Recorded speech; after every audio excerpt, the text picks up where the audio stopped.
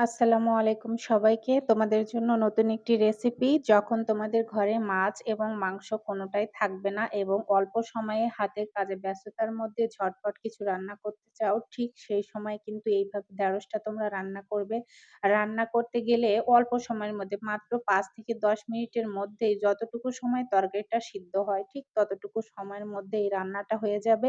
প্রথমেই দেখো আমি পানি দিয়ে দিয়েছি। পানিতেই কিন্তু আমি ঢেঁড়স, আলু সব মোটা, মোটা করে কেটে দিয়ে দিয়েছি এবং দিয়েছি কিন্তু সাথে ২-৩ টা মোটা, মোটা সাইজের পেঁয়াজ। এই রান্নাটা একটু পেঁয়াজ দিবে বেশি, পেঁয়াজ দিলে খেতে ভালো লাগবে এবং আমি সাথে কিন্তু মরিচ বাটা দিয়েছি, কাঁচা পাকা মরিচ দিয়েছি বেটে এবং দিয়েছি পেঁয়াজ, রসুন বাটা, সরিষা এবং জিরা বাটা। সাথে পরিমাণ মতো হলুদ ও লবণের গুঁড়া দিয়েছি এবং পরিমাণ মতো রান্নার তেল।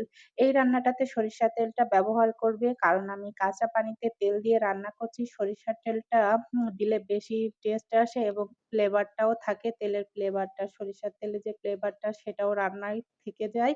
আর সরিষা বাটা তো আছে। সরিষা বাটা আর সরিষার তেলের ফ্লেভারে এই রান্নাটা বেশি মজাদার হয়। তোমরা এভাবে খানিকটা সময় রান্না করে নিবে এবং পরে যখন পানিটা শুকিয়ে আসবে তখন নেড়েচেড়ে মসলাটা সব তরকারিতে ভালোভাবে মিক্স করে দিবে।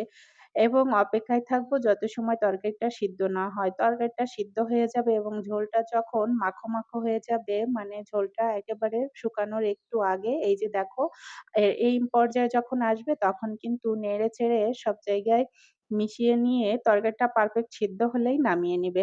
তো বন্ধুরা মাছ, মাংস ছাড়া এভাবে তোমরা ঢেঁড়স রান্না করে খাবে। তোমাদের অনেক মজা লাগবে, অনেক বেশি মজা লাগবে। আমার তো অনেক পছন্দ এবং আমার ফ্যামিলিতেও সবাই পছন্দ করে।